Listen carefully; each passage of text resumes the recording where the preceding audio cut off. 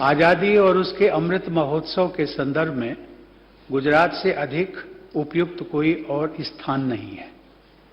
स्वतंत्र भारत की कल्पना करने वाले लोगों में गुजरात क्षेत्र के निवासी अग्रणी थे।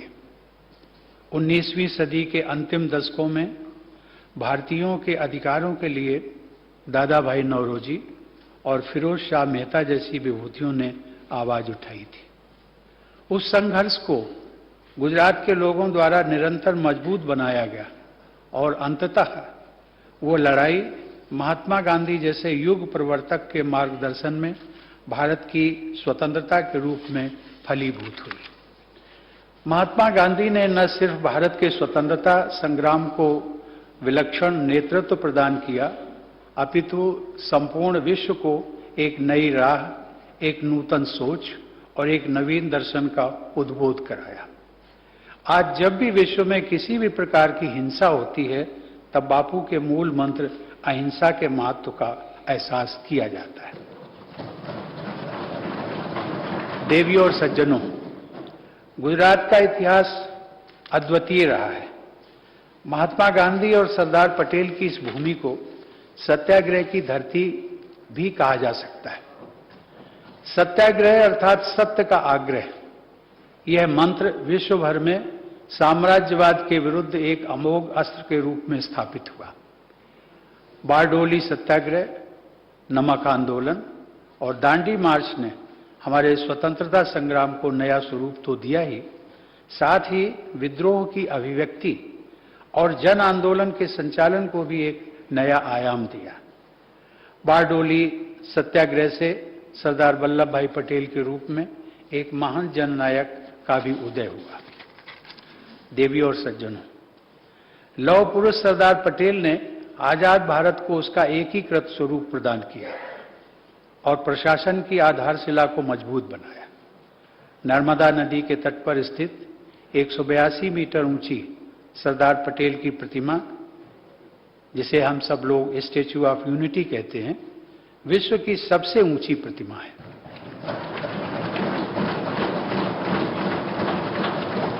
परंतु देशवासियों के हृदय में सरदार पटेल का कद उससे भी ऊंचा है। उनकी वह प्रतिमा भारत के उस महान सपूत की स्मृति में कृतज्ञ राष्ट्र की तरफ से एक छोटी सी भेंट है। राजनीति के साथ साथ सांस्कृतिक, सामाजिक एवं आर्थिक क्षेत्रों में भी गुजरात ने अहम भूमिका निभाई है। नरसिंह मेहता की भक्ति से सिंचित इस धरती पर अध्यात्म का प्रचुर प्रभाव रहा है। उनका भजन वैष्णव जनते तेने कहिए, जो पीड़ पराई जाने रे, भारत के स्वतंत्रता संग्राम का भी गीत बन गया था। इस भजन ने भारतीय संस्कृति के मानवतावाद को प्रसारित किया। पूरी मानवता के प्रति समदृष्टि के परिवेश में गुजरात में पली बढ़ी हंसाबेन मेहता ने संयुक्त राष्ट्र संघ के universal declaration of human rights के प्रावधानों में महिलाओं को पुरुषों के समकक्ष स्थान दिलाने का ऐतिहासिक कार्य किया। वे उन 15 महिलाओं में से थी जिन्होंने संविधान सभा के सक्रिय सदस्यों के रूप में भारतीय संविधान के निर्माण में अपना अमूल्य योगदान दिया। देवियों और सज्जनों, गुजरात के लोगों की उदारता भारतीय संस्कृति की एक प्रमुख विशेषता रही है। प्राचीन काल से इस क्षेत्र में सभी पंथों और समुदायों के लोग बंधुता के साथ आगे बढ़ते रहे। पालीताना और गिरनार के जैन मंदिरों से लेकर बड़नगर के बौद्ध विहार तक तथा सोमनाथ के मंदिर से लेकर उड़वाड़ा के पारसी अग्नि मंदिर तक हमें गुजरात की विविधता में एकता के दर्शन कराते हैं। चाहे सदियों पहले सोमनाथ पर हुए अनेक आक्रमण हो या 20वीं सदी में भुज भूकंप जैसी प्राकृतिक आपदा, संघर्षों के बीच विकसित यह धरती सदैव पहले से भी अधिक शक्तिशाली और दृढ़ होकर उभरती रही है। आधुनिक युग में भी विज्ञान के क्षेत्र में गुजरात का उल्लेखनीय योगदान रहा है। जहां होमी जहांगीर भाभा भारतीय परमाणु कार्यक्रम के जनक माने जाते हैं, वहीं अहमदाबाद में स्थित फिजिकल रिसर्च लेबोरेटरी के संस्थापक डॉक्टर विक्रम साराभाई भारतीय विज्ञान, विशेषकर भारत के स्पेस रिसर्च के मार्गदर्शक के रूप में सम्मानित हैं। सन 1960 में अपना अलग अस्तित्व बनाने के बाद आप सबका यह प्रदेश विकास के पथ पर इंटरप्राइज और इनोवेशन के जरिए अग्रणी रहा है। इस राज्य की सतत आर्थिक प्रगति के लिए मैं सभी पूर्व मंत्रियों, पूर्व मुख्यमंत्रियों और उनकी सरकारों के योगदान की सराहना करता हूं। गुजरात की विकास यात्रा को आगे बढ़ाने के लिए मैं मुख्यमंत्री श्री भूपेंद्र भाई पटेल और उनकी पूरी टीम को भी साधुवाद देता हूं। गुजरात की धरती पर आरंभ हुए व्हाइट रेवोल्यूशन द्वारा पोषण के क्षेत्र में क्रांतिकारी परिवर्तन आया है। दूध के कुल उत्पादन और उपभोग की दृष्टि से आज भारत विश्व में प्रथम स्थान रखता है। गुजरात की मिल्क कोऑपरेटिव्स इस सफलता की अग्रदूत रही है। गुजरात में सहकारिता की संस्कृति की सफलता का लाभ पूरे देश में और भी अधिक प्रसारित हो, इस दृष्टि से केंद्र सरकार में सहकारिता मंत्रालय का गठन किया गया है और मुझे खुशी है कि उसकी जिम्मेदारी भी आपके गुजरात के ही श्री अमित भाई शाह को दी गई है। देवियों और सज्जनों, जब गुजरात की एक नए राज्य के रूप में स्थापना की गई, उसके बाद इस विधानसभा ने राज्य के समग्र विकास के लिए अनेक कदम उठाए। गुजरात पंचायत विधेयक 1961 और गुजरात अनिवार्य प्राथमिक शिक्षा अधिनियम 1961 द्वारा लोकल सेल्फ गवर्नमेंट और शिक्षा के क्षेत्र में प्रगतिशील व्यवस्था स्थापित की गई। बाद में गांधी जी के विचारों के अनुरूप पंचायती राज प्रणाली को एक संविधान संशोधन के जरिए पूरे देश में कार्यान्वित किया गया। राज्य के आरंभिक दौर में गुजरात के मुख्यमंत्री रहे श्री बलवंत राय मेहता जी को डायरेक्ट डेमोक्रेसी तथा पंचायती राज व्यवस्था के निर्माताओं में से गिना जाता है। गुजरात के इंफ्रास्ट्रक्चर की पूरी देश में सराहना होती है। यह उल्लेखनीय है कि गुजरात एकमात्र राज्य है जहां विधानसभा द्वारा इंफ्रास्ट्रक्चर में निवेश और विकास को प्रोत्साहन करने के लिए गुजरात इंफ्रास्ट्रक्चर डेवलपमेंट एक्ट 1999 पारित किया गया। भविष्य उन्मुखी कानून बनाने की दिशा में इस विधानसभा द्वारा पारित गुजरात जैविक कृषि विश्वविद्यालय अधिनियम 2017 भी उल्लेखनीय है। पर्यावरण अनुकूल जैविक खेती के प्रसार में अपनी आस्था को कार्य रूप देने वाले गुजरात के राज्यपाल आचार्य देवव्रत जी के मार्गदर्शन में इस अधिनियम के उद्देश्यों को प्राप्त करने में गुजरात सफलता के कीर्तिमान स्थापित करेगा, ऐसा मेरा विश्वास है।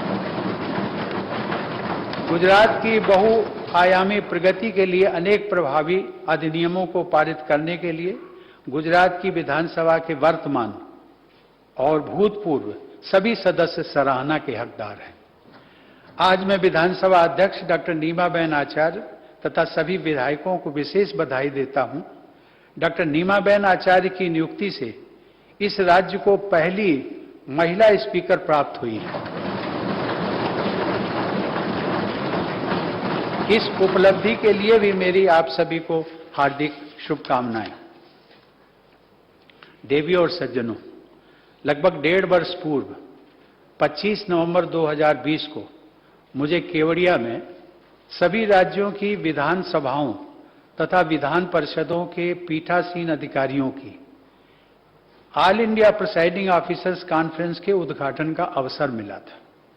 भारत में संसदीय प्रणाली को दिशा देने वाली 2 विभूतियां गुजरात की धरती ने ही प्रदान की है। आजादी हासिल करने के पहले वर्ष 1925 में केंद्रीय विधानसभा के अध्यक्ष पद पर नियुक्त होने वाले प्रथम भारतीय श्री विट्ठल भाई पटेल गुजरात के ही थे। इस विधानसभा भवन का नामकरण भी विट्ठल भाई पटेल की स्मृति में किया जाना सर्वथा तर्कसंगत और इतिहास सम्मत है। आजादी के बाद लोकसभा के प्रथम अध्यक्ष श्री गणेश वासुदेव मावलंकर का जन्म स्थान और कर्म स्थल भी गुजरात का ही ये क्षेत्र रहा है। देवियों और सज्जनों, वस्तुतः भारतीय संविधान के प्रमुख शिल्पी बाबा साहब डॉक्टर भीमराव अंबेडकर की असाधारण जीवन यात्रा में बड़ौदा के महाराजा सयाजीराव गायकवाड़ द्वारा महत्वपूर्ण सहायता प्रदान की गई। यह भी उल्लेखनीय है कि बड़ौदा में ही बाबा साहब ने अस्पृश्यता और भेदभाव का अंत करने का संकल्प लिया था। समानता के उस ऐतिहासिक संकल्प को हासिल करना हम सबकी सामूहिक संवैधानिक जिम्मेदारी है। लोकतंत्र में जनप्रतिनिधियों की भूमिका सर्वाधिक महत्वपूर्ण होती है। आप सभी विधायकगण अपने क्षेत्र और प्रदेश की जनता के प्रतिनिधि हैं, लेकिन उससे भी बढ़कर यह महत्वपूर्ण है कि आपके क्षेत्र और प्रदेश की जनता आप सबको अपना भाग्य विधाता मानती है। आपके क्षेत्र के लोगों की आशाएं और अपेक्षाएं आप सबसे जुड़ी हुई हैं। जनता की उन आकांक्षाओं को पूरा करने का प्रयास आप सबके लिए सर्वोपरि होना चाहिए। इस पर क्लैपिंग नहीं करेंगे?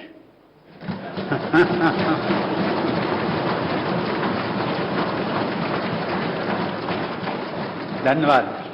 देवियों और सज्जनों, पिछले कुछ वर्षों से गुजरात मॉडल ऑफ डेवलपमेंट एक अनुकरणीय उदाहरण के रूप में देखा जा रहा है। विकास का यह मॉडल देश के किसी भी क्षेत्र एवं राज्य में कार्यान्वित किया जा सकता है। साबरमती के संत द्वारा निर्मित साबरमती आश्रम एक नए रूप में अंतर्राष्ट्रीय स्तर पर मिसाल बन रहा है। साबरमती रिवर फ्रंट शहरी परिवर्तन का प्रभावशाली एक उदाहरण है। पर्यावरण को सुरक्षित रखते हुए नगरवासियों और साबरमती के संबंध को नया रूप दिया गया है। नदियों पर स्थित देश के अन्य सभी नगरों के लिए यह अच्छा उदाहरण है। देवियों और सज्जनों, गुजरात के लोगों का देश प्रेम विश्वविख्यात है।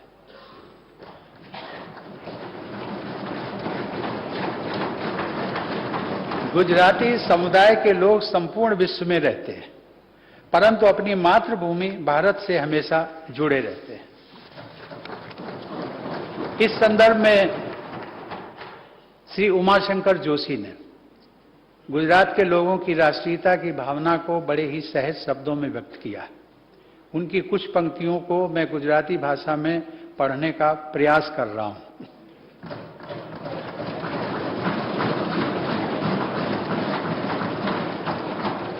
ऐते केवो गुजराती जे हो केवल गुजराती, हिंदू भूमिना नामे जेनी उछले ना छाती, महाराष्ट्र द्रविड़ बंगाल बिहार बधे अनुकूल, ज्या पग मूगे त्याने थईने रोपाए दृढ़ मूल, सेवा सुबास जेनी ख्याति, तेज वश नक्सिक गुजराती।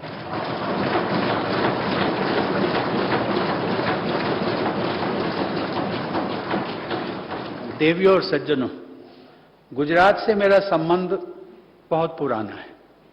70 के दशक से मेरा यहां आना जाना होता रहा है। अपनी प्रत्येक यात्रा में मैंने उस विशेष ऊर्जा का अनुभव किया जो गुजरात के लोगों में देखने को मिलती है। यह मेरा परम सौभाग्य है कि अपनी युवावस्था में मुझे स्वर्गीय मोरारजी देसाई के साथ कार्य करने का अवसर भी प्राप्त हुआ। उन्होंने प्रधानमंत्री के पद को भी सुशोभित किया। मोरारजी भाई के बाद श्री नरेंद्र मोदी भारत के दूसरे प्रधानमंत्री हैं जो गुजरात के मूल निवासी हैं। उनको भी निकटता से जानने और उनके साथ कार्य करने का अवसर मुझे मिलता रहा है। मुख्यमंत्री के रूप में उनकी निष्ठा और कर्मठता के फलस्वरूप अनेक पैमानों पर गुजरात को भारत के अग्रणी राज्यों में गिना जाता है और अब प्रधानमंत्री के रूप में वे भारत को विश्व पटल पर एक नई पहचान दिला रहे हैं।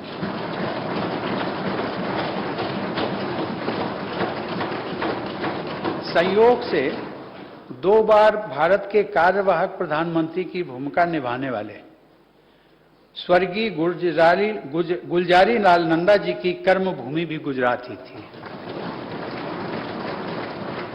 इस प्रकार गुजरात ने महान जननायकों और उत्कृष्ट प्रशासकों की प्रभावशाली परंपरा विकसित की है।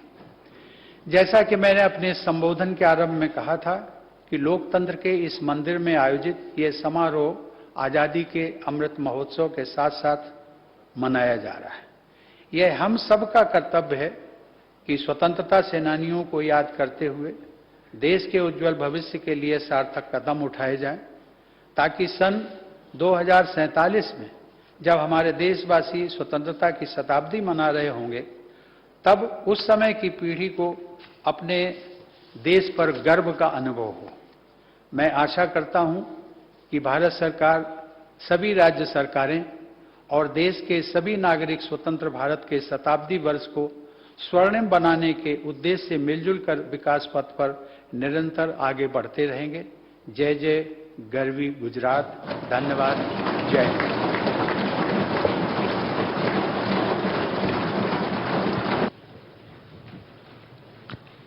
हम सब अपने स्थान पर राष्ट्रगीत के सम्मान हेतु खड़े रहेंगे।